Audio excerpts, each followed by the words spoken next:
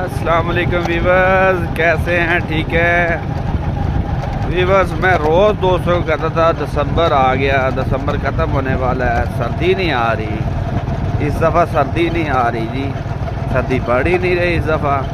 तो सर्दी ने कह लिया फिर मैं आ गई हाँ तो खान साहब हो तुम ज़रा संभल के निकले हो बाहर।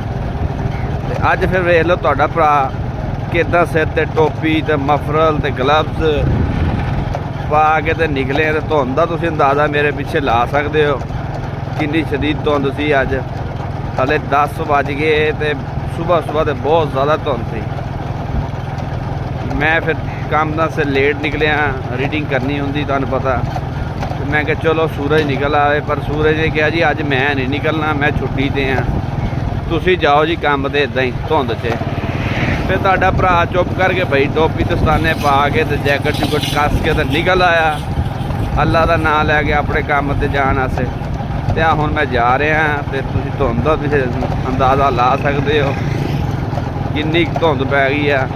अगर मैं सुबह सुबह आना तो मैनूं कुछ नज़र ही नहीं आना सी, इस करके मैं लेट जा रहा थोड़ा जा।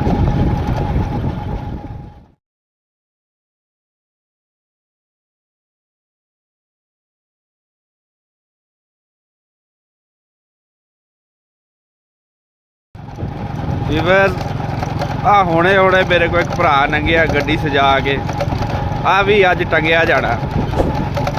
असी तो टंगे हुए हैं, ये भी अज टंगिया जाएगा। शादी वाला कीड़ा इनका भी मट्ठा हो जाना बहुत जल्दी। इन्हें भी अपना पेटी भरा बन जाना, देख लियो तुसीं।